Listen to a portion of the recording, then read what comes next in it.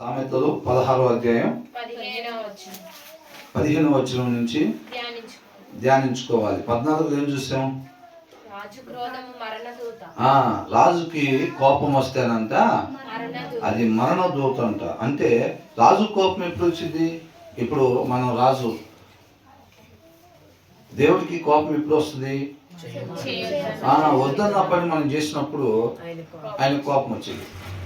వద్దన్న పని చేసినప్పుడు ఆ మార్గం ఎటు తీసుకెళ్ళింది? మనల్ని మరణానికి తీసుకెళ్ళింది. అదే అంటున్నాడు, a king's wrath is a messenger of death అని అంటున్నాడు. ఆయన కోపం వచ్చింది అని అంటే మనం చేయకూడని దగ్గర మన అడుగు పెట్టాం. అవునండి, దారి తప్పి పక్కన అడుగు పెట్టాం. వాక్యం వద్దు అన్నది మనం చేసాం. అది చేసినప్పుడు ఆటోమేటిక్గా ఆ అడుగు ఎటు తీసుకెళ్ళింది? మనల్ని మరణానికి తీసుకెళ్ళిద్ది. అదనమాట. తర్వాత ఏమంటున్నాడు? But the wise will appease it అని అంటున్నాడు. ఎవరైతే జ్ఞానం కలిగి ఉంటారో వాళ్ళు ఆ క్రోధాన్ని శాంతపరచగలుగుతారు. ఒక ₹1,00,00,000 ఇస్తే శాంతపడతాడంట. ఒక 5 కేజీలు వెండి ఇస్తే, బంగారం ఇస్తే ఒక 100 కేజీలు శాంతపడతాడా? మరి ఎలాగ శాంతపరచవచ్చు రాజుని? జ్ఞానం వల్ల మాత్రమే రాజుని మనం శాంతపరచగలుగుతాము అని అంటున్నాడు. మరి అప్పుడు ఏది ఎక్కువ? బంగారం ఎక్కువ, డబ్బు ఎక్కువ, వెండి ఎక్కువ? ఏది ఎక్కువ? జ్ఞానమే ఎక్కువ అన్నమాట. కాబట్టి ఎవరి హృదయంలో అయితే జ్ఞానం ఉండిద్దో వాళ్ళు రాజు క్రోధమును అట్లాగా అంటున్నాడు. కాబట్టి మనం అలా ఉండాలి అని అంటే మనలో ఏముండాలి? ఫస్ట్ ఆ జ్ఞానం ఉండాలి. ఆ జ్ఞానం ఉండాలంటే దేవుని వాక్యం చదవాలన్నమాట. తర్వాత ఏమంటున్నారు 15లో? రాజుల ముఖ ప్రకాశము వలన జీవము కలుగును.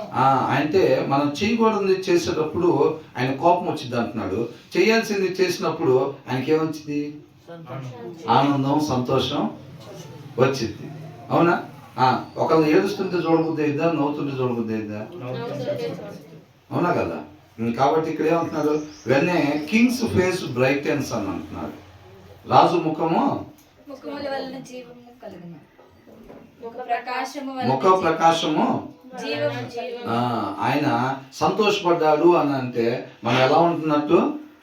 నడవాల్సిన మార్గాన్ని మనం నడుస్తున్నట్టు అనమాట. అదేం తీసుకొచ్చిందంట? నిత్య జీవాన్ని. ఇట్ మీన్స్ లైఫ్ అని ఇచ్చాడు అనమాట. జీవాన్ని తీసుకొచ్చింది. అంటే వెళ్ళాల్సిన మార్గాన్ని మాత్రమే మనం వెళ్ళేటప్పుడు, వాక్యానుసారంగా మాత్రమే మనం ఉండేటప్పుడు, వాక్యాన్ని అనుసరించి నడిచేటప్పుడు అదేం తీసుకొచ్చిందంట? జీవము. అదేనా? కిందేమో మరణం ఉంటుందంట, పైనేమో జీవం ఉంటుందంట. మనం ఎప్పుడైతే వాక్యాన్ని అనుసరిస్తూ ఉంటామో ఒక్కొక్క అడుగు జీవం వైపు వేస్తూ ఉంటాం అన్నమాట. ఒక్కొక్క ఆకు చిగురింపబడుతూ ఉండిద్ది అనమాట జీవానికి. అవునా? అట్లాగా మరణానికి అట్ ద సేమ్ టైం మన జీవానికి ఒక్కొక్క అడుగు దగ్గరికి వేసేటప్పుడు దేనికి దూరం అవుతున్నాం? మరణానికి దూరం అయిపోతున్నాం అన్నమాట. అది వాక్యాన్ని అనుసరించటం వల్ల మనకి కలిగే మేలు. అది మనం ఉండాల్సిన స్థానం తండ్రితో పాటు జీవం కలిగి ఉండాలన్నమాట. నిత్యం మనం ఏ ప్లేస్లోకి వచ్చేసాం? చేయకూడని పని చేయటం వల్ల మరణం దగ్గరికి పడిపోయాం అన్నమాట. ఆ పడిపోయినప్పుడు దాని నుంచి దీనికి మార్గం లేకపోతే తన కుమారుడు అనే మార్గాన్ని వేసాడు తండ్రి. అవునా? తన కుమారుడు అనే మార్గాన్ని వేసి మరణం దగ్గర నుంచి జీవంలోనికి వెళ్ళటానికి నేనే మార్గం అన్నాడు. వాక్యాన్ని అనుసరించటమే మార్గం. వాక్యం అనే క్రీస్తుకి చెప్పినట్టుగా నడుచుకోవటమే మార్గం. ఒక్కొక్క వచనం ప్రకారంగా మనం ఉండటం వల్ల ఏం చేస్తున్నాం? ఆ మార్గాన్ని ఒక్కొక్క మెట్టు ఎక్కుతా మనం పడిపోయిన స్థితి ఎక్కడైతే మనం ఉన్నామో జీవం దగ్గర ఉండాలి కదా, మనం ఆ జీవానికి చేరుకుంటాం అన్నమాట. మనం అర్థమవుతుందా? ఎంతమందికి అర్థమైంది? దేవునికి మహిమ కలుగును గాక. కాబట్టి మనం వాక్యాన్ని అనుసరించటం ద్వారా మనకి ఎవరేం శాల్వాలు కప్పట్లేదు, మనకి ఎవరేం బొకేలు తీసుకొచ్చి ఇట్లేదు, మనల్ని ఎవరు గుర్తించట్లేదు. నేను మిగతా వాళ్ళంతా అబద్ధాలు ఆడుకుంటూ తిరుగుతుంటే నేను మాత్రం నిజమే మాట్లాడుతున్నాను, కొన్నిసార్లు ఇబ్బందులు కూడా పడుతున్నాను, అయినా సరే నాకేం అప్రిషియేషన్ రావట్లేదు అని బాధపడాల్సిన అవసరం ఏమి. చూడాల్సిన ఆయన చూస్తూ ఉన్నారు. అవునా కదా? అది మనం దాన్ని బట్టి మనం నడుచుకునే వాళ్ళుగా ఉండాలి. అంతే తప్ప ఈ లోక సంబంధంగా వాళ్ళు మెచ్చుకోవాలి, వీళ్ళు మెచ్చుకోవాలి, అబ్బా నువ్వు భలే కరెక్ట్గా ఉంటావు అసలు, నువ్వు సిస్టర్ మీరు భలే కరెక్ట్గా ఉంటారు అసలు, ఇట్లా ఎవరు ఒకరిని మనం అప్రిషియేట్ చేస్తావు బాగుండిద్ది అని మనం ఎప్పుడు కూడా అనుకోకూడదు. ఆయన్ని సంతోష పెట్టేవారుగా మనం ఉండాలి. అదే మనకు కూడా మేలుకరం అనమాట. When a Kings face brightens it means life, his favour is like A rain cloud in spring అని అంటున్నాడు. ఆయన అనుకూలత, ఆయన దయ ఎలాంటిదంట, కడవరి వానమొబ్బు లాంటిది అని. అంటే ఆ వానమొబ్బుకి ఏంటంటే నూతన ఉత్సాహం ఇచ్చిద్ది అనమాట. అది నూతన జీవితాన్ని, నూతన ఉత్సాహాన్ని ఇచ్చింది. ఆ కడవరి వానమొబ్బులో ఏంటంటే క్రొత్తగా జన్మిస్తాయి అనమాట, క్రొత్తగా చిగురించబడతాయి. అర్థమవుతుందండి? కాబట్టి ఆయన దయ ఎలా ఉంటుందంటే మన మీద ఎప్పుడు మనం ఉండాల్సిన రీతిగా, when a Kings face brightens అని అంటున్నాడు. మనం ఉండాల్సిన రీతిగా మాత్రమే ఉండేటప్పుడు ఆయన సంతోషపడేవాడిగా ఉంటాడు. అప్పుడు మనం జీవాన్ని పొందుకుంటాం. అవునా? మనం వాక్యాన్ని అనుసరించటం వలన మనకి జీవం వచ్చింది. ఆయన ఎందుకు సంతోషపడతాడు? మన వాక్యాన్ని అనుసరించటం వల్ల మనకు పోగొట్టుకున్న జీవం వచ్చింది. ఆయన ఎందుకు సంతోషపడతాడు? ఏ ఆత్మ నశించిపోవటానికి ఇష్టం లేదు. కాబట్టి ప్రతి ఒక్కళ్ళు ఆ మరణంలో ఉన్నాం, ప్రతి ఒక్కళ్ళు ఉన్నాం. అంటే కొంతమంది పడిపోయారా, లేకపోతే అందరం పడిపోయామా? అందరం పడిపోయాం. కాబట్టి అందరూ కూడా తండ్రితో పాటు జీవం కలిగి యుగ యుగాలు ఉండాలని ఆయన ఇష్టం అన్నమాట. కాబట్టి ఏంటంటే ప్రతి ఒక్కళ్ళు కూడా జీవాన్ని పొందుకోవాలి అనేది ఆయన ఆశ అన్నమాట. కాబట్టి మన వాక్యాన్ని అనుసరిస్తూ ఉండటం వల్ల మరణానికి దూరం అయిపోయి పోగొట్టుకున్న జీవానికి దగ్గర అవుతూ ఉంటాం. అందుకని ఒక్కసారి ప్రక్రియ కాదు ఇది. నీళ్ళలో మునిగి లేకుండానే క్రీస్తులాగా మారిపోయినా, జుట్టు మారిపోయిందా, నరకు మారిందా, చూపు మారినట్లు ఏం లేదా, అది మళ్ళీ మునుగుతా, అట్లా కాదు అది. మనం ఎప్పుడైతే మన జీవితం మీద అధికారం, ప్రభు ఇది నా వల్ల అవదు, ఇది ఇక మీద నా కొరకు కాకుండా, నా ఇష్టాల కొరకు కాకుండా, ఈ లోకంలో వాటి కొరకు కాకుండా, నన్ను ఎందుకు కొరకు నిర్మించావో దాని కొరకు మాత్రమే జీవించాలని ఆశపడి నా జీవితం మీద అధికారం నీకు ఇస్తున్నా. అధికారం ఇవ్వటం అన్నమాట నీళ్ళలో మునిగి లెగొట్టం అంటే. అప్పుడు అధికారి ఆయన పేరు మీద రిజిస్ట్రేషన్ చేస్తాం కదా మన జీవితం మీద. అప్పుడు ఆయన చిన్నగా కడగటం మొదలు పెడతాడు. ఇక రోజు మంగళవారం, బుధవారం, శుక్రవారం, ఆదివారం, మిగతా టైంలో ఆయన కృపను బట్టి ఆయన పాదాల చెంత ఎప్పుడెప్పుడైతే మీరు ఇల్లు దగ్గర కావచ్చు, లేకపోతే ఎక్కడ ఫ్యామిలీ గ్యాదరింగ్స్ కావచ్చు కూర్చుంటారు చూసారా, ఆ టైంలో ఇక కడుగుతూ ఉంటాడు అన్నమాట ఆయన. అర్థమవుతుందండి? అప్పుడు నిదానంగా ఏమైంది, మన పోలికలు పోయి ఆయన పోలికలు, ఆయన స్వరూపం వచ్చింది అనమాట. ఒక్కసారి నీళ్ళలో మునిగి లేకుండా మొత్తం ఏమైపోదు. ఆయన వెల చెల్లించాడు, మన నీతిమంతులుగా ఉండాలి అని చెప్పి మన తరపున వెల చెల్లించాడు. కానీ మనం ఇంకా నీతిమంతులుగా కాలేదు. ఆ నీతిమంతులుగా అయ్యే దానికోసం ఆయన ఏం చేస్తున్నాడు, ఆ వాక్యం ద్వారా చెడు మొత్తాన్ని తీసేసి ఆయన మనల్ని కన్నాడు కాబట్టి ఆయన గుణలక్షణాలు మనలో డౌన్లోడ్ చేస్తూ ఉంటాడు అన్నమాట. అర్థమవుతుందండి? కాబట్టి ఇది ఒక్కసారిగా మారిపోయేది కాదు, ఇది ఫోటో తీసినట్టుగా. ఆ మార్పు అనేది ఎలా ఉంటుంది, మన ఒబీడియన్స్ చూపించే కొద్దికి ఆయన చక్కగా ఆయన స్వరూపంలోకి మార్చుకుంటూ ఉంటాడు. ముందుగా ఏదైతే సత్క్రియలు చేయాలని మన తరపున చేయాలని చెప్పి ఆయన ఆలోచన చేశాడో మన ద్వారా, ఆ సత్క్రియలు క్రమక్రమంగా జరుగుతూ ఉంటాయి అన్నమాట. కాబట్టి మనం రోజు వాక్యం చదవాలన్నమాట, ప్రతి దినం కూడా వాక్యం చదవాలి. తర్వాత ఏమంటున్నారు, అపరంజిని సంపాదించుట కంటే జ్ఞానమును సంపాదించుట ఎంతో శ్రేష్టం. ఇందాకేమనుకున్నాం, రాజు క్రోధము చల్లారంటే డబ్బులు ఇవ్వాలా, బంగారం ఇవ్వాలా, వెండి ఇవ్వాలా, ఏమి ఇవ్వాలంట, జ్ఞానము వల్ల మాత్రమే అది సాధ్యము అయిద్ది అనమాట. కాబట్టి ఇక్కడ ఏమంటున్నాడు, how much better to get wisdom than gold అని అంటున్నాడు.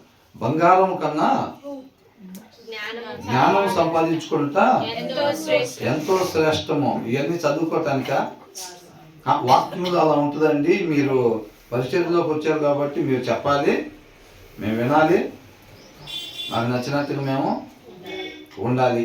అదే విధానం, అది కాదు విధానం. అవునా? కాబట్టి ఏమంటున్నాడు, వీటితో ఎందుకు పోల్చారు, తర్వాత ఏమన్నా వస్తుంది? వెండిని సంపాదించుట కంటే ఆ, తెలివిని సంపాదించుట ఎంతో వెండి మేలు. సంపాదించుట కంటే తెలివిని సంపాదించుట ఎంతో మేలు. ఎంతో మేలు. జ్ఞానాన్ని సంపాదించాలి. దేనికన్నా? అపరంజి కన్నా జ్ఞానాన్ని సంపాదించుకోవటం మేలు, వెండి కన్నా తెలివిని సంపాదించుట మేలు. మేలు. ఆ రెండింటితో ఎందుకు పోల్చారు అంటే, అప్పుడున్న వాటిలో విలువైనవి అవే. విలువైనవి అని అంటే ఈ లోకం మొత్తంలో కల్లా విలువైనవి అయ్యనమాట. అంటే ఆ మాట అర్థం ఏంటంటే, ఈ లోకంలో ఉండే సమస్తం కన్నా మీరు జ్ఞానాన్ని తెలివిని సంపాదించుకొనుట మేలు అని అర్థం. నిద్రపోతున్నారా చక్కగా?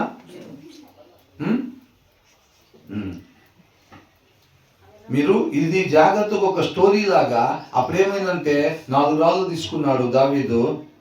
గొలియాతు ఏమో సవాల్ చేస్తున్నాడు తొడగొట్టి. దావీదు ముందుకెళ్తున్నాడు. ఆయన 2 అడుగులు వేస్తాడు, ఏం 2 అడుగులు వేస్తాడు. అట్లా ఉండదు సామెతలు, అట్లా ఉండదు. కాబట్టి మనల్ని మనమే జాగ్రత్తగా దాన్ని గ్రాప్ చేసుకునేటట్టుగా మన శరీరాలని చూసుకోవాలి. స్టోరీ అనుకోండి, మధ్యలో ఒకసారి కొద్దిగా మిస్ అయినా సరే మిగతా ఏదో పోతూ ఉంటుంది. దీంట్లో అలా ఉండదు. అర్థమైందా? కాబట్టి గమనించుకోండి. అది ఏంటంట, ఈ లోకంలో అన్నిటికన్నా విలువైనవి బంగారము వెండి. కాబట్టి అందుకని ఏమంటున్నాడు, ఈ లోకంలో సమస్తములో ఈ లోకంలో ఉన్న విలువైన వాటిని సంపాదించుకునే దానికన్నా జ్ఞానము తెలివి సంపాదించుకున్నట మేలు. మరి దేనికోసం పరిగెడదాం? దేనికోసం పరిగెడదాం మరి? బైబిల్ చదువుకుంటే ఏమవుతుంది? 24 గంటలు ఇస్తే జ్ఞానం సంపాదించుకోవడానికి ఎంత సమయం మనం ఖర్చు పెట్టేది? బంగారం సంపాదించుకోవడానికి ఎంత సమయం? బంగారం అంటే అది డబ్బు కూడా కావచ్చు, వెండి కావచ్చు, విలువైన వస్త్రాలు కావచ్చు, పేరు కావచ్చు. ఇవన్నీ లోకంలో ఉన్న వాటిని సూచిస్తున్నాయి అన్నమాట. లోకంలో విలువైన వాటి కొరకు మనం పరిగెడుతున్నాం. చూసారా? ఆటి కన్నా అంటున్నాడు. కాబట్టి మనం దేనికోసం పరిగెట్టాలంట? ఈ లోకంలో ఉన్న సమస్తం దానికన్నా కానీ జ్ఞానము తెలివి సంపాదించుకొనుట మేలు అని అంటున్నాడు. మరి ఎంతమంది సిద్ధంగా ఉన్నారు? డబ్బు వెనకాల కాకుండా, పేరు వెనకాల కాకుండా, ఈ లోకంలో ఉండే విలువైన వస్త్రాల వెనకాల కాకుండా, మన నిత్య జీవానికి నడిపించే జ్ఞానము, వివేకము, తెలివిని సంపాదించుకోవటానికి మనం పరిగెత్తాలని ఎంతమంది అనుకుంటున్నారు? అవునా? మనం చెప్తాం, ఏమంటాం? అవునండి, జ్ఞానం వివేకం లేకుండా మనం నిత్య జీవానికి నడవలేము. ఎక్కడ కాలు పెట్టాలో చెప్పేది అదే. ఏ మార్గాన్ని వెళ్ళాలి, ఏ మార్గాన్ని వెళ్ళకూడదు అనేది చెప్పేది అదే అని అంటాం. కాకపోతే వదిలిపెడితే 23.5 గంటలు జనరల్ డ్యూటీ, ఓటీలు చేసుకొని ఏం సంపాదించుకుంటాం? వెండి బంగారం సంపాదించుకుంటాం. వెండి బంగారం అంటే అది డబ్బు కావచ్చు, వస్త్రాలు కావచ్చు, ఇవన్నీ. అవునా? అవి సంపాదించుకుంటాం. రోజుల్లో 24 గంటలు దేవుడు మనకిస్తే 23.5 గంటలు దానికి చేసి 1 అరగంట మాత్రం కూర్చుంటాం జ్ఞానము తెలివి కోసం. అవునా? అలా ఉంది అన్నమాట పరిస్థితి. చెప్పటం మాత్రం ఏం చెప్తాం? ఏది విలువైంది? జ్ఞానం తెలివి. జ్ఞానం తెలివి విలువైనవి అని అంటాం. వదిలిపెడితే ఎటు పరిగెడతాం? అమ్మటి రేపటి నుంచి మళ్ళీ క్యారేజీలు కట్టుకోవటం, బయలుదేరటం, పొద్దున పోయి సాయంత్రం రావటం, కుదిరితే ఓటీ కూడా చేయటం. ఎందుకని? మళ్ళీ వాళ్ళు ఎక్స్ట్రా డబ్బులు ముందు పెడతారు. మన ముందు ఎక్స్ట్రా డబ్బులు మన ముందు పెడతారు. ఒకవేళ అది బైబిల్ చదివే టైం అయితే, బైబిల్ టైం అవసరం అయితే మార్చటమే. అదేనా చేసే పని? బైబిల్ టైం అవసరం అయితే మార్చటమే, కానీ ఓటీలో చేసుకోవటమే. అట్లా చేస్తూ ఉంటాం. అడిగితే అపరంజి మంచిదా, లేకపోతే వెండి మంచిదా, లేకపోతే జ్ఞానం తెలివి మంచిదా అని అంటే జ్ఞానం తెలివి అని చెప్తాం. వదిలిపెడితే అది పోగొట్టుకోవాలి, దాన్ని జయించాలి మనం. అర్థమవుతుందండి? అబద్ధాలు ఆడొచ్చా? ఆడకూడదు. వదిలిపెడితే అదే జరుగుతుంది. అర్థమవుతుందండి? మన వల్లే మన పొరుగు వారిని ఏం చేయాలంట? ప్రేమించాలి. వదిలిపెడితే అది అంతకుముందు ఎట్లాగో తర్వాత కూడా అది, అవునా కదా? ఆయన కార్యం చేయనీయాలి, ఆయన కార్యం చేయాలనంటే ఆయన మన హృదయంలో పెట్టుకోవాలి. అసలు మనకు అది ఇష్టం లేదు అనుకోండి, వాక్యానుసారంగా ఉండటం ఇష్టం లేదు, లేకపోతే ఎందుకోసం వచ్చామో దాని కొరకు మాత్రమే జీవించాలనే ఆశ లేకపోతే ఏం చేస్తామని అంటే దీన్ని తీసి లోపల వేసుకోం. ఆ ఆశ ఈ వాక్యమై ఉన్న దేవుణ్ణి మన హృదయంలో ఆ డ్రైవింగ్ ప్లేస్లోకి పెట్టేటట్టుగా చేసిద్ది అనమాట. ఆ ఆశ లేదనుకోండి మనకి, మనం దీవం బైబుల్ ఇంకా అర్థమవుతుందా? అలా ఉంటాం. తర్వాత ఏమంటున్నారు? చెడుతనమును విడిచి నడుచుటే యథార్థవంతులకు రాజ్య మార్గము. ఏంటంట? చెడుతనాన్ని విడిచిపెట్టాలి. The highway of the upright. యథార్థవంతులు కంట రాజమార్గం ఏంటి? హైవే లాగా. ఎవరు చేస్తారని చూసాం మనం? దేవుడే చేస్తాడని చూసాం, అవునా? సోమరులు ఉంటారు కదా, ఆత్మీయ సోమరులు కూర్చొని ప్లాన్ చేస్తూ ఉంటారు, బైబిల్ తీసి చదవరు. అప్పుడు ఏమైంది? వాళ్ళు ఏదైతే ఇట్లా చేయాలి, అట్లా చేయాలి, పరిచర్లు ఇట్లా చేయాలి, మనం ఎరగదీయాలి, ఆలకీలకి సహాయం చేయాలి. ఆ దినాల్లో ఆస్తులన్నీ తీసుకొచ్చి అపోస్తుల పాదాల దగ్గర పెట్టారు కదా, సత్యం ఉంది వాళ్ళ దగ్గరికి వచ్చినప్పుడు మనం కూడా అలా ఉండాలి, ఇలా ఉండాలి అని ప్లాన్ చేస్తూ ఉంటారు. వాళ్ళ ఆస్తులు ఓపెన్ తీసుకొచ్చి పెట్టారా?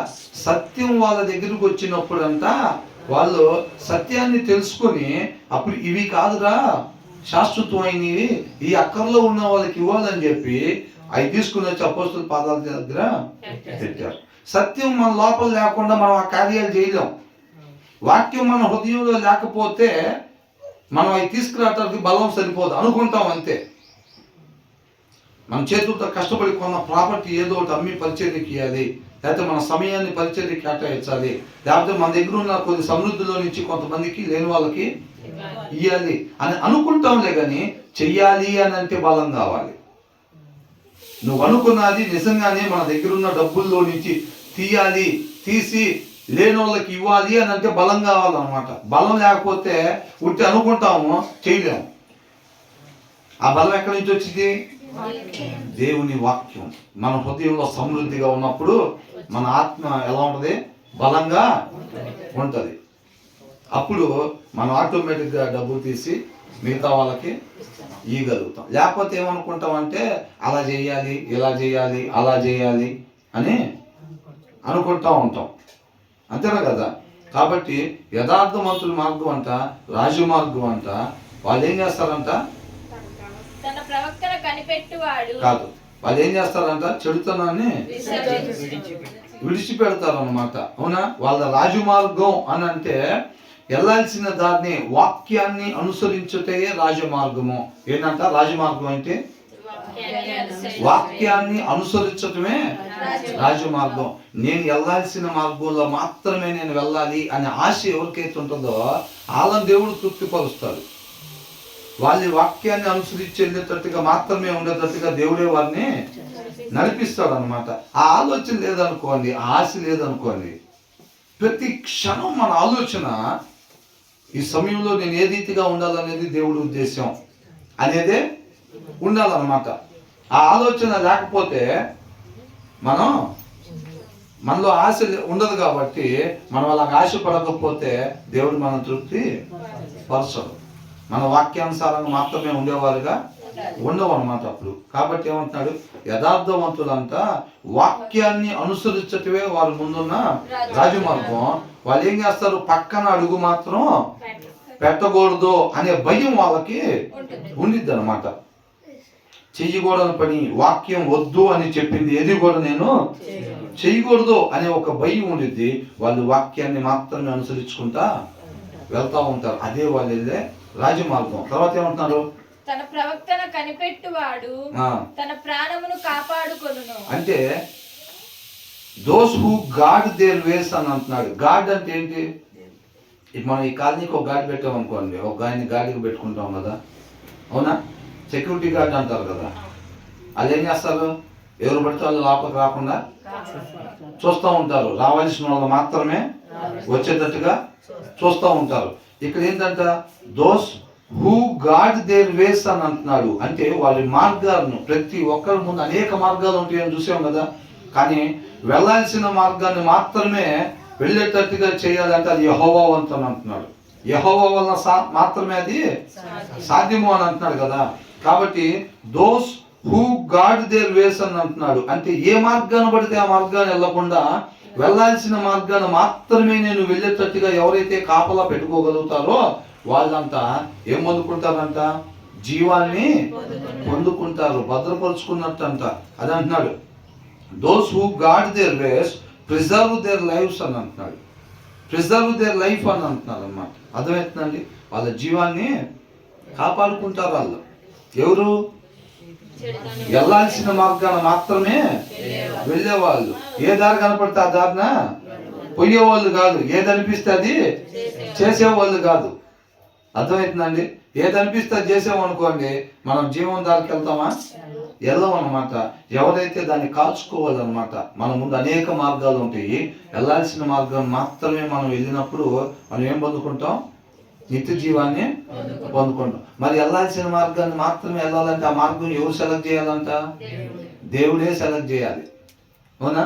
కాబట్టి నిత్యం మన హృదయంలో వాక్యమై ఉన్న దేవుడు ఉన్నప్పుడు ఏమైందంటే ప్రతి క్షణం మన ముందు అనేక దారులు ఉన్నా సరే మనం వెళ్ళాల్సిన మార్గాన్ని మాత్రమే మనం వెళ్ళే వాళ్ళంగా ఉంటాం అన్నమాట. ఇప్పుడు ఇక్కడికి వెళ్ళాల్సి వచ్చింది, ఆ బ్రదర్ పిలిచారు, ఇప్పుడు ఇంటి వెనకాల పిలిచింది, లేకపోతే ఇప్పుడు కొంతసేపు ఇట్లా ఏదన్నా చేద్దాం ఇంటి దగ్గర కూర్చొని అని అనుకుంటున్నాం, లేకపోతే ఇవన్నీ ఉంటాయి ఒకే టైంలో. మరి ఆ టైంలో ఏ పని చేయాలి ఎట్లా తెలిసిందంట? మనకి ఇన్ని ప్లాన్లు ఉంటాయి, కాకపోతే ఆ టైంలో ఏం చేయాలి అనేది ఎవరు చూస్తారంట? దేవుడు చేస్తాడు. ఇప్పుడు మన హృదయంలో ఆయన ఉంటే, మన హృదయంలో వాక్యమై ఉన్న దేవుడు ఉంటే సెలెక్ట్ చేస్తాడు. లేకపోతే హృదయంలో వాక్యం లేకపోతే ఏమైందంటే మనం ఆ బ్రదర్ దగ్గరికి వెళ్ళాల్సిన టైంలో ఈ ఇంటర్నల్ సిస్టర్ దగ్గరికి వెళ్తాం. అవునా? ఆటోమేటిక్గా అక్కడ ఉంటాం. మన హృదయంలో ఎప్పుడు వాక్యం ఉందనుకోండి, మనం ఎక్కడెక్కడికి వెళ్ళాలి, ఏ కార్యాలు చేయాలి, ఏ మాటలు మాట్లాడాలి, ఎవరి దగ్గర ఎట్లా ప్రవర్తించాలో దేవుడు గీసిన గీత ప్రకారంగా మాత్రమే మనం వెళ్ళేవారంగా ఉంటాం, హృదయంలో వాక్యం ఉంటే. లేకపోతే మాత్రం వ్యర్థంగా సమయాన్ని గడిపేవారంగా ఉంటాం. తర్వాత ఏమంటున్నారు? గర్వం నడిచిద్ది అనమాట. దేనికి ముందు? నాశనం అయిపోవటానికి ముందు అంట గర్వం నడిచిద్ది అంట. మనలో ఆ సిమ్టమ్స్ కనపడుతున్నాయి అని అంటే మనం ఏం చేయాలి? మిగతా వాళ్ళకి లేవు, మనకున్నవి, వాటిని బట్టి ఏమొచ్చిందంట మనకి? గర్వం. అర్థమవుతుందండి? సొదొమ గొమొర్రా వీళ్ళందరూ కూడా తప్పిపోవటానికి కారణం ఏంటో తెలుసా? అవసరానికి మించి ఉండటం. వాళ్ళ దగ్గర అవసరానికి మించి ఇంకా విస్తారంగా వాళ్ళ దగ్గర సుఖ సౌఖ్యాలు ఉండటం వలన వాళ్ళు తొలగిపోయినట్టుగా రాస్తుందన్నమాట. మనం అందరం కూడా ఏమనుకుంటాం? వదిలిపెడితే పెద్ద ఇల్లు, కుదిరితే కొత్త కారు, అవునా, ఇంకా బాగుంటే మంచి వస్త్రాలు, మంచి ఆరోగ్యం, ఏంటి ఇవన్నీ కోరుకుంటూ ఉంటాం. వద్దనుకుంటారు ఎవరన్నా? కారు వద్దని ఎవరన్నా అనుకుంటున్నారా? బంగ్లా వద్దని ఎవరన్నా అనుకుంటున్నారా? ప్రయత్నం చేస్తానే ఉంటాం మనం వాటి కోసం, అవునా కదా? కాబట్టి ఏంటంట? గర్వం అంట. దేనికి ముందు? నాశనానికి ముందు గర్వం. కొంతమంది మాట్లాడుతుంటే ఆ మాటల్లోనే ఆ గర్వం కనపడుతూ ఉంటుంది. హృదయంలో కూడా ఆ గర్వం ఉండిద్ది. అంటే అది ఉండాల్సిన లక్షణమా, ఉండకూడని లక్షణమా? ఉండకూడని లక్షణం అన్నమాట అది, అవునా? తర్వాత ఏమంటున్నారు? పడిపోవటానికి ముందు అంటే ఏం నడిచిద్దంట? అహంకారమైన మనస్సు నడిచిద్ది అనమాట. మన మనస్సు అంటే ఆలోచన అన్నమాట, అవునా? ఆలోచన, మన ఆలోచన ఎలాగుండాలి? అవును, నా దగ్గర ఉన్నాయి, మిగతా వాళ్ళ దగ్గర లేవు, మా దగ్గర డబ్బు ఉంది, మిగతా వాళ్ళ దగ్గర లేదు, మా పెద్ద ఇల్లు ఉంది, మిగతా వాళ్ళకి లేదు, మా దగ్గర కార్లు ఉన్నాయి, మిగతా వాళ్ళ దగ్గర లేదు. అవును, ఏంటి అది అహంకారం అని అంటారు. నేను చదువుకున్నాను, అవును మీరు చదువుకోలేదు, నాకు ఉద్యోగం ఉంది, మీకు ఉద్యోగం లేదు. మిగతా వాళ్ళ దగ్గర ఏదైతే లేదో మన దగ్గర ఏదైతే ఉందో దాన్ని బట్టి మనం పెంచుకునేదాన్ని అహంకారం అంటారు, గర్వం అంటారు. అర్థమవుతుందండి? అది దేనికి దారి తీసిద్దంట? నాశనానికి, పడిపోవటానికి దారి తీసిద్దంట. అది దేనికి దారి తీసిద్ది? పడిపోవటానికి దారి తీసిద్దంట. అంటే వాక్యం ఏం చెప్తుందంటే, ఒక దాసుడు ఉన్నా కానీ, ఆయనకి పన్నుడు ఉన్నా కానీ ఆయన ప్రవర్తన విధానం ఎలా ఉండాలంట? తగ్గించుకునేవాడిగా. ఇంకొద్ది దగ్గరకు చెప్పండి మాట ఏదన్నా. దీనుడై ఉండాలి. మనం చదువుకున్నాం, మరి దాన్ని తగ్గట్టుగా చెప్పాలి. దాసుడిగానే ఉండాలి. ఇంకా ఆయన దగ్గర పనిచేసే వాళ్ళు ఉన్నారంట, అయినా సరే ఆ యజమానుడు ఎట్లా ఉండాలంట?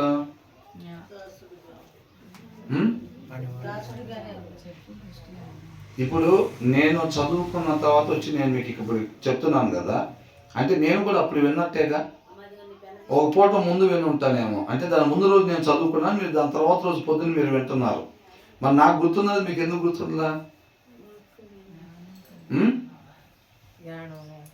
జ్ఞానం లేక. ఇప్పుడు ఒక దాసుడు పనివాడు ఆయనకున్నా సరే, అంట పనివాడు లేకపోతే ఏ రీతిగా ఉంటారో ఆ రీతిగా ఉండాలి అని అంటున్నాడు. అలాంటి తగ్గింపు స్వభావం మనకి ఉండాలి అని అంటున్నాడు. అది మనం ముందు వచ్చినల్లో ధ్యానించుకున్నాం అనమాట. అంతకు ముందు ఉన్న దాంట్లో పనిచేసే వ్యక్తులు ఉన్నా సరే వాళ్ళని, అంటే పాస్టర్ గారు కదా భోజనం చేయగానే ప్లేట్ ఒకళ్ళు, టవల్ ఒకళ్ళు, వాటర్ బాటిల్ ఒకళ్ళు, ఇవన్నీ ఉన్నారు కదా అని చెప్పి అట్లాగా ఉండొచ్చా? ఇప్పుడు పాస్టర్ గారు అంటే చర్చి కట్టుకుంటారు, పాస్టర్ గారు కొంతమంది వాలంటీర్స్ వాళ్ళు వీళ్ళు ఉంటారా లేదా? ఉంటారు కదా. ఉన్నా సరే ఇది ఎలా ఉండాలంట? అంటే ఒక్క పాస్టర్ గారే కాదండి, ఎవరైనా సరే దాసుడు కలిగి ఉన్నాను, దాసుడు లేకపోతే ఏ రీతిగా ఉంటాడో ఆ రీతిగా తగ్గించుకుని ఉండాలి అని అంటున్నాడు అనమాట. అది వాక్యం చెప్తా ఉండేది. మన ప్రవర్తన, మన జీవిత విధానం అలాగా ఉండాలంటే, అవును నాకున్నారు, మీ దగ్గర లేరు. ఎవరక్కడ అంటే నా దగ్గర ఒక ఇద్దరు మనుషులు వస్తారు, నువ్వు పిలిచిన ఎవరు వచ్చేవాళ్ళు లేరు అనుకునేది. అది అహంకారం, అది గర్వం. మిగతా వాళ్ళ దగ్గర లేనిది మన దగ్గర ఉన్న దాన్ని బట్టి మనం పెంచుకునేదాన్ని అన్నమాట. అర్థమవుతుందండి? వాళ్ళ దగ్గర లేకపోయినా సరే మనం కూడా ఎలా ఉండాలి? మనల్ని మనం తగ్గించుకొని, అసలు ఏమీ లేని వాళ్ళు ఎలా ఉంటారో వాళ్ళ దగ్గర అన్నీ ఉన్నాయండి, వాళ్ళ దగ్గర అన్నీ ఉన్నాయి. అయినా సరే ఏమి లేని వాళ్ళు ఎలా ఉంటారో వాళ్ళు పూర్తిగా తగ్గించుకుని వాళ్ళతో కలిసిపోయి ఉంటారు. వాళ్ళ దగ్గర అసలు అవన్నీ ఉన్నాయి, వాళ్ళకి అంత పెద్ద ఉద్యోగాలు ఉన్నాయి, అంత డబ్బు ఉంది, లేకపోతే ఇట్లా ఉన్నాయి అట్లా ఉన్నాయి అనేది ఏమాత్రం ఇంత కూడా వాళ్ళ మాటలో కానీ, వాళ్ళ చూపులో కానీ, వాళ్ళ ప్రవర్తనలో కానీ ఎక్కడా కనపడదండి. అసలు వాళ్ళు లేని వాళ్ళు ఎలాగుంటారో వాళ్ళు అలాగే ఉంటారు అసలు కలిసి. అది చూపించుకోవాలని కానీ, అది ఉందన్న ఇది కానీ ఎక్కడ కూడా వాళ్ళలో కనపడదు అసలు అని అంటారు. అలా ఉండాలి అని అంటుంది వాక్యం. అవునా? కాబట్టి ఇక్కడ ఏమంటున్నాడు? ప్రైడ్ గోస్ బిఫోర్ డిస్ట్రక్షన్ అంట. నాశనానికి ముందు గర్వం నడిచింది. మనకి గర్వం కానీ వచ్చింది అని అంటే ఏమైంది? నాశనం అయిపోతాం అన్నమాట, రెడీ అయిపోయినట్టే. A haughty spirit before you fall అని అంటున్నాడు. పడిపోవటానికి ముందు ఏం నడిచిద్దంట? అహంకారం అంటే వాళ్ళ సొంత ఇదిని పెంచుకోవటం, సొంత ఘనతను, సొంత కీర్తిని పెంచుకోవటం అన్నమాట. అర్థమవుతుందండి? దాన్ని నేననేది సపరేటు, నేను ఉండొచ్చలే కానీ, అందరిలో నేను ఉండొచ్చలే కానీ నేననేది సపరేటు. ఇక్కడ చాలామందికి లేని క్వాలిఫికేషన్స్ నాలో ఉన్నాయి, చాలామంది దగ్గర లేని టాలెంట్ నా దగ్గర ఉంది, నేననేది స్పెషల్ అని అనుకుంటారు కొంతమంది. అవునా కదా? నేననేది స్పెషల్. నేను కదా ఏమీ లేని వాళ్ళ దగ్గర నేను కూర్చున్నా, నా దగ్గర కొన్ని టాలెంట్స్ ఉన్నాయి, మిగతా వాళ్ళ దగ్గర లేనివి, కాబట్టి నేను స్పెషల్ అని చెప్పి వాళ్ళను వాళ్ళు ఘనపరుచుకోవటం, వాళ్ళను వాళ్ళు కీర్తించుకోవటం. అవునా? మనం ఏదైనా అతిశయపడాలంటే ఎవరైనా అతిశయపడాలంట? ఆయన్ని బట్టి అతిశయపడాలి తప్ప మనల్ని బట్టి మనం ఎప్పుడు కూడా అతిశయపడకూడదు. దాన్ని అహంకారం అని అంటున్నారు. అవునా? ఇక్కడ ఎవరికి సరిగ్గా ప్రార్థన చేయటం రాదు, నేను కొద్దిగా బాగా చేస్తా. ఎవరికి ఇక్కడ సరిగ్గా పాటలు పాడటం రాదు, నేను కొద్దిగా బాగా పాటలు పాడతా. అవునా? ఎవరికి ఇక్కడ సరిగ్గా వాక్యం చదవటం రాదు, కొద్దిగా వాక్యం చదవటం రాదు, లేకపోతే వాక్యం ఇట్లా క్రమశిక్షణ కలిగి ఉండటం రాదు, కానీ నేను అలాగా ఉంటా అనేది ఉంటుంది. చూసారండి? అట్లాగా ఇప్పుడు నెబుకద్నెజర్ కూడా, నెబుకద్నెజర్ ఏమనుకున్నాడు? ఇది నా నామ ఘనత కొరకు నేను కట్టించుకున్న సామ్రాజ్యం కాదా అని అనుకున్నాడు. అవునా? నెబుకద్నెజర్కి అసలు ఎట్లా వచ్చింది అది? వీళ్ళు చెప్పిన మాట వినకపోతుంటే, ఎన్నిసార్లు ప్రవర్తనలు పంపించినా కానీ వీళ్ళు చెప్పిన మాట వినకపోతుంటే వీళ్ళని సరిచేయటం కోసం నెబుకద్నెజర్ని పిలిచాడు దేవుడు. అవునా? మరి నెబుకద్నెజర్కి అవన్నీ ఎవరు ఇచ్చారు? దేవుడు ఇచ్చాడు. దేవుడు అప్పగించబోతాను టచ్ కూడా చేయటానికి లేదు, టచ్ చేయలేడు కూడా, అంతే. అవునా? మరి అట్లాంటప్పుడు నెబుకద్నెజర్ ఏమనుకున్నాడు? ఇది నా నామ ఘనత కొరకు నేను నిర్మించుకుంది కాదా అని అనుకున్నాడంట. అనుకున్న మరుక్షణం ఏమైపోయింది? గడ్డి వేసేవాడిగా అయిపోయాడు, పడిపోయాడు, అంతే. అహంకారం పడిపోవటానికి ముందు ఏమి నడిచిద్దంట? అహంకారం.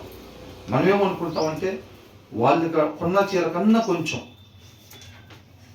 అవునా, వాళ్ళు కొన్న ఫ్రిడ్జ్ కన్నా 2 ఇంచులు, వాళ్ళు కొన్న మంచం కన్నా 1-2 అంగుళాలు పెద్దది, ఏదైనా సరే కంపారిజన్ ఉండిద్ది అనమాట మనకి. ఆ కంపారిజన్ అనేది ఏంటంటే ఈ గర్వం, అహంకారం, వాళ్ళకన్నా మనం అని అనుకుంటారు. చూసారండి? అది ఉంటే మనం పడిపోవటానికి ముందు నడిచేది అదే అనమాట. దాని తర్వాత ఏం జరిగింది? ఆటోమేటిక్గా మనం అలా ప్రవర్తిస్తున్నాము అని అంటే, అహంకారం కలిగి ఉంటున్నాం అంటే దాని తర్వాత ఏం జరిగింది? పడిపోతాం, అంతే. అవునా? పడిపోవటానికి ముందు అహంకారం నడిచిద్దంట. మనం అహంకారం కలిగి ఉంటున్నాము అని అంటే అది దేనికి సూచన అంటే వీడు పడిపోబోతున్నాడు అని అర్థం. మనం గర్వం కలిగి ఉంటున్నాము అని అంటే అది దేనికి? వీడు నాశనం అవ్వబోతున్నాడు అని అర్థం అన్నమాట. అవునా? కాబట్టి మన దగ్గర దాసుడు ఉన్నా దాసుడు లేకపోతే ఏ రీతిగా ఉంటామో అదే రీతిగా మనం ఉండాలంట. తర్వాత ఏమంటున్నారు? గర్విష్ఠులతో దోపుడు సొమ్ము పంచుకొనుట కంటే.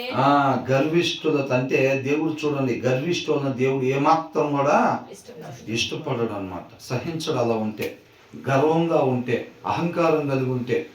అవునా?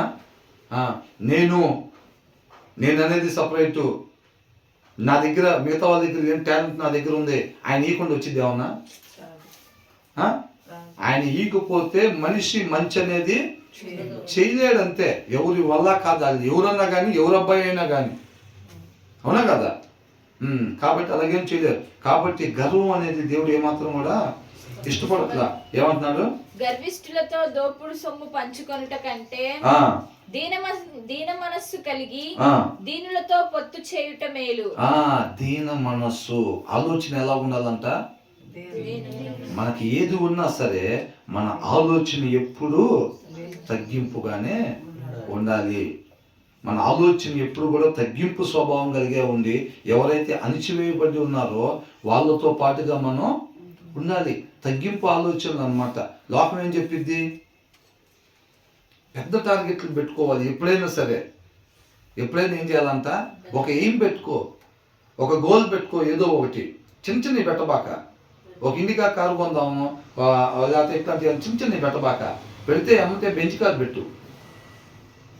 ఈ లోకల్ మోటివేటర్స్ ఉంటారు చూసారా, అంటే మోటివేట్ చేస్తారు. కొంతమంది ఏంటంటే కంపెనీల వాళ్ళు వీళ్ళు ఏంటంటే వాక్యం చదవకుండా అది లేకుండా ఇది లేకుండా వీళ్ళు అచ్చంగా మిషన్ లాగా పనిచేయాలి కంపెనీ కోసం, కంపెనీ ఎదుగుదల కోసం మిషన్ లాగా పనిచేయాలి అని చెప్పి ఏం చేస్తారంటే ఒక మోటివేటర్ని డబ్బులు తీసుకొస్తారు. ఆయన ఏం చేస్తాడంటే ఈ లోకంలో డబ్బు సంపాదించుకోవాలి, పేరు సంపాదించాలంటే ఏం చేయాలో దాన్ని చక్కగా ప్రిపేర్ అయ్యి వచ్చి ఆ మోటివేషన్ చేస్తాడు. అర్థమవుతుందండి? కాబట్టి వాళ్ళు చెప్పే మాటలు ఇవన్నీ పెట్టేది పెద్ద టార్గెట్ పెట్టుకో, దానికోసం పగలు రాత్రి కష్టపడు అని అంటాడు. అలాంటివి పెట్టుకొని ఎలాన్ మస్క్ ఆఫీస్లోనే నిలబోయేవాడు అంట, టేబుల్ మీద ఒక్కోసారి. అవునా కదా? దేనికోసం? జ్ఞానం కోసమా? వివేకం కోసమా? దేనికోసం? డబ్బు. ఆయనకు అవకాశం ఇచ్చామనుకోండి ఎక్కడ మీటింగ్లో మాట్లాడమని, ఏం మాట్లాడతాడు? ఇక్కడ 5 గంటలు, రోజుకి 5 గంటలు పని చేసేవాళ్ళు చేయొస్తున్నాను అంటాడు. లేదంటే 10 గంటలు పని చేసేవాళ్ళు, 14 గంటలు పని చేసేవాళ్ళు కొంతమంది చేయొత్తుకుని అయిపోతారు. లాస్ట్లో ఇంకెవరో ఒకళ్ళు ఇద్దరు 16 గంటలు పని చేసేవాళ్ళు ఉన్నారా అని అంటే, ఇక ఎప్పుడు ఎవరో ఒకళ్ళు ఎత్తారనుక ఎస్ కొట్టను చప్పట్లు అని అంటారు, పిలుస్తారు స్టేజ్ మీదకి.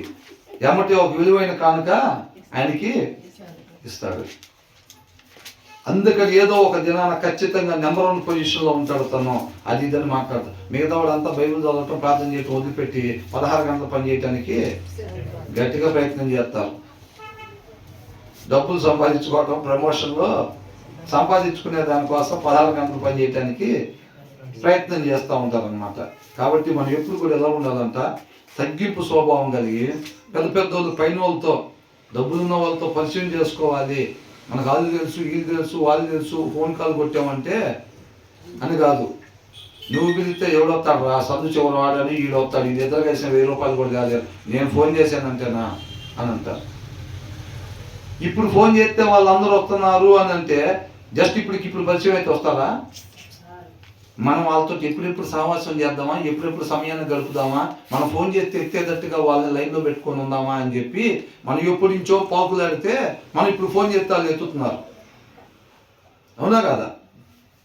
మన కాలనీలో ఎవరెవరు పేదవాళ్ళు ఉన్నారంటే తెలియదు, గొప్ప వాళ్ళు ఎవరు ఉన్నారంటే మా లైన్లో ఇటు నుంచి 6 ఇళ్ళు, పెద్ద బంగ్లా ఉంది చూసారా, ఈయన 18 ఇల్లు, పెద్ద కారు ఉంటుంది చూసారా రోడ్డు మీద పెట్టి, అది వెళ్దే. ఈ మధ్యలో పేదవాళ్ళు ఉంటారు, వాళ్ళ పరిస్థితి ఏంటి? వాళ్ళు ఎవరు మనకు అసలు తెలియదు. మన ధ్యాస వాళ్ళ మీద లేదు. అవునా? అట్లా ఉండకూడదు అనమాట. Better to be lowly in spirit, lowly ఆలోచన. అవునా? ఆలోచనలు ఎట్లా ఉండాలో తగ్గింపు స్వభావం కలిగి మనల్ని మనం తగ్గించుకుని, ఇందాకేమన్నారు? గర్వము, అహంకారం. అవునా? గర్వము, అహంకారం. నేను ఏదైనా చేశానంటే ఆయన కృపను బట్టే చేశాను తప్ప నేను ఎవరన్నా అన్నారు అనుకో, అబ్బా అక్క భలే ప్రేయర్ చేసావు అక్క, నువ్వు బాగా చేసే ప్రేయర్ అని అన్నారు అనుకో, ఏం చెప్తారు? నేను చిన్నప్పటి నుంచి అంతేగా అంటారా? నువ్వు ఇప్పుడే నా చూడటం కొత్తగా వచ్చావు చర్చి, మేము ఫస్ట్ నుంచి అంతే, మనమే టాపిక్ అంటారా? ఏమంటారు? బ్రదర్ భలే పాడారు బ్రదర్, చాలా బాగా పాడారు మీరు అని అంటే ఏమంటారు? ఆయన నడిపింపానండి. అవునా? ఆయన నడిపించకపోతే ఏముంది? ఎవరైనా, మీరైనా, నేనైనా, సమస్తం ఆయనే కదా అని చెప్పి చెప్పాలి. మనం చెప్పకపోయినా ఎప్పుడైనా సరే అది లోపల, అది వాళ్ళు అడగలేదు అనుకోండి, వాళ్ళు అడగకపోయినా సరే మన లోపల ఉద్దేశం అదే ఉండాలి అంతే. వాక్యం చెప్పి కూర్చుంటే, ప్రభా భలే నడిపించావు ప్రభా, నీ కృపను బట్టి నువ్వు జరిగించిన ఆశ్చర్య కార్యానికే నీకే స్తోత్రాలు, నీకే మహిమ అని అనుకోవాలి. అంతే తప్ప ప్రభు ఎలా చెప్పా, అదిరిపోలే ఇవాళ, సరిపోయితే నీకు ఇది ఇవాళ, ఆయన కోసం అంటే ఎట్లా చెప్పా? చూసావా ఎంత ప్రిపేర్ వచ్చి చెప్పి ఆనందపడ్డావా నువ్వు? అంతేనా? ఆయన లేకుండా నువ్వు ఎన్ని వారాలు ప్రిపేర్ అవ్వగాక, ఆయన నీ హృదయంలో లేకపోతే నువ్వు నోరు తెరిస్తే చెత్తే వచ్చేది. ఏమొచ్చిందంట? చెత్తే వచ్చేది. అర్థమవుతుందండి? కాబట్టి సమస్త మహిమ ఆయనకు మాత్రమే కలగాలి. గర్విష్ఠులతో దోపుడు సొమ్ము అంటే మామూలుగా ఉన్నదండి. ఒక రాజ్యం మీదకి వాళ్ళు యుద్ధానికి వెళ్తారు కదా, యుద్ధాలకు వెళ్ళినప్పుడు ఏం చేస్తారంటే వాళ్ళ దగ్గర ఉన్న ఆస్తిపాస్తులు మొత్తం వీళ్ళు దోచుకొని వచ్చి పంచుకుంటారు. వీళ్ళు అప్పట్లో వీళ్ళు అట్లాగా ఆస్తులు సంపాదించేది. అప్పట్లో యుద్ధాలు చేసేవాళ్ళు కదా, ఒకరి మీద ఒకరి యుద్ధాలకి, వాళ్ళ మీద యుద్ధానికి వెళ్ళి వాళ్ళని చంపేసినప్పుడు వాళ్ళ ఆస్తి అంతా వీళ్ళు దోచుకొచ్చుకునేవాళ్ళు. దోచుకొని ఎంతమంది అయితే వెళ్ళారో అంతమందికి పంచుకునేవాళ్ళు అనమాట. అర్థమవుతుందా? మరి అంత ఆస్తి కళ్ళ ముందు ఉంటే మనం తగ్గింపు స్వభావం కలిగి లేకపోతే ఇలా ఉండాలి అని అంటున్నారు. మరి రెండిట్లు ఏది కోరుకుంటాం? దీన మనసు, తగ్గింపు స్వభావం కలిగి మనం ఉండాలి. ఎప్పుడు కూడా మన గర్వం అహంకారం అనేది మనలో కనపడటానికి వీల్లేదు. తర్వాత ఏమంటున్నారు? ఉపదేశమునకు చెవియొగ్గువాడు మేలునందును. చెవి ఒగ్గటం అంటే ఏంటి?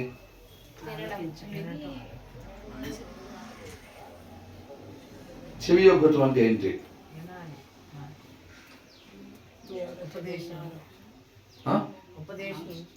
వింటం అంటే ఏంటి? అది అవునా? చెవి ఒగ్గటము అని అంటే, వినటము అని అంటే దాన్ని అనుసరించటం అని. మనం ఎప్పుడు అనుకుంటాం కదా, ఆ బాటిల్ ఇటు ఇవ్వమ్మా అంటే ఓకే డాడీ అని. ఓకే డాడీ అంటే విన్నాడు, తేలేదు అనుకోండి చెయ్యట్టే. అవునా?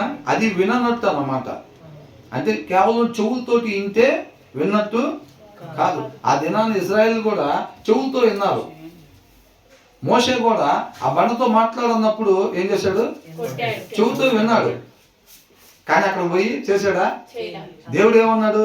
నువ్వు నా మాట వినలేదని అంటున్నాడు. ఏమంటున్నాడు? నువ్వు నా మాట వినలా, నా మీద తిరుగుబాటు చేసేవాడు అన్నాడు. వినలేదంటే చెవుతో వినలేదని కాదు, మనం అది చెయ్యకపోతే విననట్టు. అవునా? కాబట్టి ఇక్కడ ఏమంటున్నాడు? ఉపదేశము, దేవుని వాక్యానికంట చెవి ఒగ్గేవాడు అనంటే కూర్చొని జాగ్రత్తగా విని బయటకు వచ్చిన తర్వాత మన ఇష్టం వచ్చినట్టు చేసేవాడు కాదు. ఆ విన్న దాని ప్రకారంగా ఎవరైతే అనుసరిస్తారో వాళ్ళు వినేవాళ్ళు అని. చెవి ఒగ్గటం అంటే అది. అర్థమవుతుందండి? ఉపదేశానికి ఎవరైతే చెవి ఒగ్గుతారో వాళ్ళు ఏమవుతారంట? మేలు పొందుకుంటారు అని అంటున్నారు. ఆయన మేలు చేయటం అంటే ఎట్లా ఉంటుంది? ఓ టిఫిన్ పెట్టిస్తాడా? ఓ బిర్యానీకి ఒక 200 డబ్బులు ఇస్తాడా? మరి ఆయన మేలు చేయటం అంటే ఎలా ఉంటుంది? అవునా? చాలా మంది చెప్తా ఉంటారు, ఆయన సహాయం చేస్తాడంట మన గిన్నె నిండి పొర్లుతా ఉండేది అనమాట. ఆయన చేసే మేలు ఏదైనా అంతే ఉంది. చాలీ చాలకుండా చేయడు. చాలీ చాలకుండా చేయడు ఆయన. ఏమన్నాడు? దావీదుతో ఒక మాట అన్నాడు, నీకు అనేక మంది ఉపపత్నుల్ని భార్యని నేను ఇచ్చాను, వాళ్ళు చాలు అనుకుంటే నేను నీకు ఇంకా ఇచ్చుండేవాడిని. నేను చాలు అనుకుంటే ఒకే ఒక్క భార్య జాగ్రత్తగా అన్యోన్యంగా కలిసి ఉంటుంటే నువ్వు ఆ జోలు ఎందుకు పోయేవాడు? దేవుడు కోపడ్డాడు ఆ విషయంలో. ఉన్నా కదా? కాబట్టి ఇక్కడ ఏమంటున్నాడు? ఎవరైతే చెవి యొగ్గి నడుచుకుంటారో వాళ్ళు ఏమవుతారంట? మేలు పొందుకోవాలని ఎంతమందికి ఉంది? మేలు పొందుకోవాలని. మేలు పొందుకోవాలి అని అనుకుంటే మనం ఏం చేయాలంట? ఉపదేశానికి ఏం చేయాలంట? ఉపదేశానికి చెవి యొగ్గాలి అని అంటే ఈ చెప్పబడే ప్రతి వచనంలో ఏ రీతిగా మాత్రమే ఉండమని చెప్తా ఉన్నాడో ఆ రీతిగా ఉండాలి. ఉండాలని ఆశపడి ఆయన ఆశ్రయిస్తే ఆయన ఉండేటట్టుగా చేస్తాడు అన్నమాట. అది చెవి ఒకటం అంటే. వాళ్ళు మేలు పొందుకుంటారు. తర్వాత యెహోవాను ఆశ్రయించువాడు ధన్యుడు. ధన్యుడు. తర్వాత ఏమనుందంటే and blessed is the one who trust in the Lord అని అంటున్నాడు. ఎవరు ఆశీర్వదించబడతారంట? ఆయన ఆశీర్వదిస్తే అసలు ఎలా ఉంటుంది? ఉందా కదా? ఎవరు ఆశీర్వదించబడిన వాళ్ళు అని అంటే ఎవరైతే ఆయన్ని నమ్ముతారో అని అంటున్నాడు. Who trust in the lord. ఎలాంటి ట్రస్ట్? ఎలాంటి నమ్మకం? ప్రభువా యేసయ్యా నిన్ను నమ్ముతున్నావు, నువ్వే రక్షకుడు, మా కోసం వచ్చావు, హల్లెలూయా, స్తోత్రం. తర్వాత మన పనులు ఆ నమ్మకమేనా? దేవుడు ఒక్కడే అని దెయ్యాలు కూడా నమ్మి వణుకుతున్నాయి అంట. అది మా ఊళ్ళో భయం లేకపోతే వణుకుతాయా? వణుకుతున్నాయి. కాకపోతే చేస్తున్నాయా? చెయ్యు. దేవుడు ఒక్కడే అని చెప్పి నమ్ముతున్నాయి, వణుకుతున్నాయి అంట. కాకపోతే ఆయన చెప్పినవి మాత్రం చెయ్యు. మనం కూడా ఆ ఉపదేశంలో ఉన్న దాని ప్రకారంగా మనం ఉండకపోతే గనక మన నమ్మకం ఎలాంటి నమ్మకం అంట? జాయిస్ ఎలాంటి నమ్మకం అంట? దెయ్యాల నమ్మకం అంటది. మనం విన్న వాక్యాన్ని కానీ మనం అనుసరించి క్రియ చేయకపోతే మన నమ్మకం ఎలాంటి నమ్మకం అంట? దెయ్యాల నమ్మకం అన్నమాట. మనం ప్రతి వారం రావచ్చు గాక, ప్రతి వారం వినొచ్చు. అవునండి, అది సత్యవాక్యం అండి. అది దేవుని వాక్యం అండి అని చెప్పి ఒప్పుకొని మనం దాంట్లో ఉన్న దాని ప్రకారంగా ఉండకపోతే మాత్రం మన నమ్మకం ఎలాంటిది? దెయ్యాల నమ్మకం అన్నమాట. కాబట్టి మనం ఎలా ఉండాలంట? ఆ చెప్పబడుతున్న వాక్యాన్ని అనుసరించి మనం జీవించినట్టయితే మేలు పొందుకుంటాము. And blessed is the one who trust in the Lord అన్నమాట. ఆయన్ని నమ్మినప్పుడు ఏమైతుందంటే, నేను నిన్ను నమ్ముతున్నా ప్రభా. ఇప్పుడు మనం అనుకుంటే ఎప్పుడు ఆ ఒక పాప గోడ మీద ఉంది, వాళ్ళ డాడీ ఉన్నాడు ఇక్కడ, దూకమ్మ పర్వాలేదు నేనున్నా దూకని అంటాడు. నేను పట్టుకుంటాను లేదు దూకని అంటాడు. అమ్మ నేను దూకను అనేది. ఏం నన్ను నమ్మట్లేదా, నా మీద నమ్మకం లేదా అని అంటే, నిన్ను నమ్ముతున్నా డాడీ, నీ మీద నమ్మకం ఉంది డాడీ అనేది. మరి దూకంటే అమ్మ నేను దూకను అనేది. అవునా? ఎందుకు దూకదంట? నమ్మకం లేదు. అడుగుతుంటే ఏమంటుంది? ఏందమ్మా నా మీద నమ్మకం లేదా, నేను పట్టుకోలేదన్నా నీ ఉద్దేశం అని అంటే, లేదు డాడీ నిన్ను నమ్ముతున్నానని. దూకంటే నేను దూకను అనేది. అవునా? మనం కూడా ఏంటంటే ఈ వచనాలు ఒక్కొక్క వచనం ఇక్కడ కాలు పెట్టు, ఇక్కడ కాలు పెట్టు, ఇక్కడ కాలు పెట్టు, నిత్య జీవానికి ఆయన నడిపిస్తూ ఉంటాడు. ప్రభు నువ్వు చెప్పి నువ్వు నమ్ముతున్నాను అంటాం, నిన్ను నమ్ముతున్నావు నాయన అని అంటాం. నమ్మినప్పుడు ఈ వచనం ప్రకారంగా చెయ్యని అంటాడు. మనం మాత్రం చెయ్యి. 2 పాటలు, పావుగంట ప్రార్థన, ఇటువరకైతే చేస్తాం. నువ్వు ఆ వచనాల ప్రకారంగా నువ్వు చేయమంటే నన్ను నమ్మట్లేదా? నమ్ముతున్నాం ప్రభా. నిన్ను కాకుండా ఎవరు నమ్ముతాం? మా అమ్మ నాన్నమ్మ కూడా మేము సరిగ్గా నమ్మలే, కానీ మేము ఎవరిని నమ్మాము అంటే అది కేవలం నిన్నే అంటాం. మరి ఒక వచనం చూపించి ఇక్కడ పెట్టి కాళ్ళు అంటాడు, పెట్టం. అంతేనా? ఆ నమ్మకం అంటే ఏ నమ్మకం ఉంటుంది? దెయ్యాల నమ్మకం అంటే. ఆయన ఒక వచనం చెప్పి ఎవరైతే ఆయన మాటకి చెవి యొగ్గుతారు, ఉపదేశానికి చెవి యొగ్గిన వాళ్ళంతా ఏం పొందుకుంటారు? మేలు పొందుకుంటారు అని అంటున్నాడు. అవునా? అది మన కేవలం వింటుంది కాదు. ప్రతి వచనం ఏదైతే చెప్పబడుతుందో ఆ వచనం ప్రకారంగా మనం అనుసరించినట్లయితే ఆ అడుగులు, ప్రతి అడుగు జీవానికి దారి తీసిద్ది అనమాట. అర్థమవుతుందండి? ఇవాటికి ఇంతటితో ముగిద్దాము. మిగతాది తర్వాత ధ్యానించుకున్నాం. దేవుడికి మహిమ కలుగును.